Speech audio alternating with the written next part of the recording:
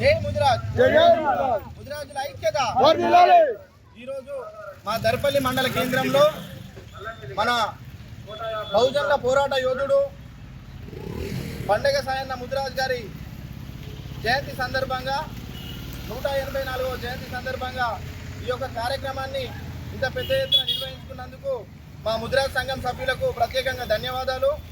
ఇవాళ పండగ సాయన్న ముదిరాజ్ అనే వ్యక్తి అంతా ఇంత కాదు, ఆనాడు రజాకారులపై నిరంకుశత్వ పాలనపై పోరాడిన పోరాట యోధుడు.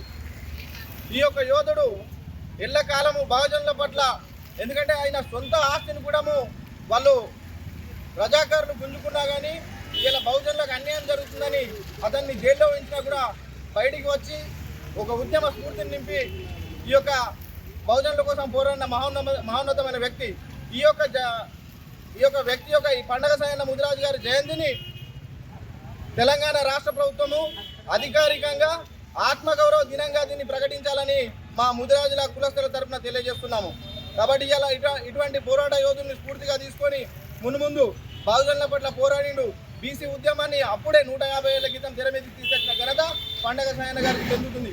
కాబట్టి మిత్రులారా, మీరు ఒకటి ఆలోచన చేయండి. ఇప్పుడు వస్తున్న స్థానిక సంస్థల ఎలక్షన్లో బీసీలు, మరీ ముఖ్యంగా మన ముదిరాజులు పెద్ద ఎత్తున ప్రతి ఒక్క ఎంపీటీసీ, జడ్పీటీసీ స్థానాల్లో మీ ఐక్యతని, మీ ఉన్నతిని చాటుకోవాలంటే పోటీ చేయాల్సిన పరిస్థితి ఉంది. కాబట్టి ప్రతి ఒక్కరూ పెద్ద ఎత్తున ఈ యొక్క స్థానిక సంస్థల్లో పోటీ చేసి గెలుపొందాలని మనస్ఫూర్తిగా కోరుకుంటూ మరొకసారి పండగ సాయన్న ముదిరాజ్ గారి జయంతిని స్మరించుకుంటూ జోహార్ పండగ సాయన్న ముదిరాజ్ గారికి, జోహార్ పండగ సాయన్న ముదిరాజ్ గారికి, జై ముదిరాజ్.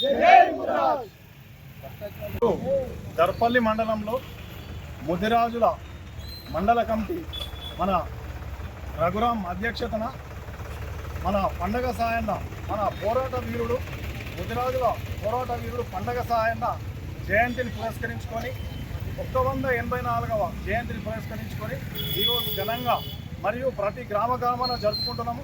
అలాగే మండల హెడ్ క్వార్టర్లో కూడా ఇంత పెద్ద ఎత్తున జరుపుకోవడం ఇది చాలా సంవత్సరాల నుంచి జరుగుతున్నది.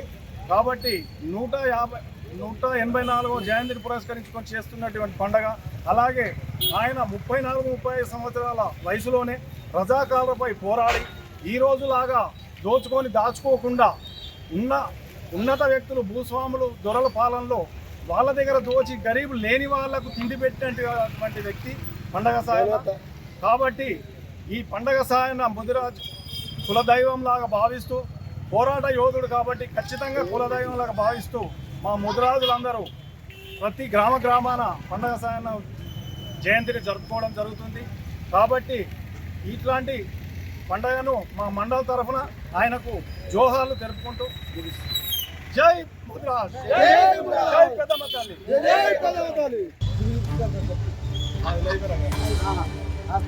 బాగా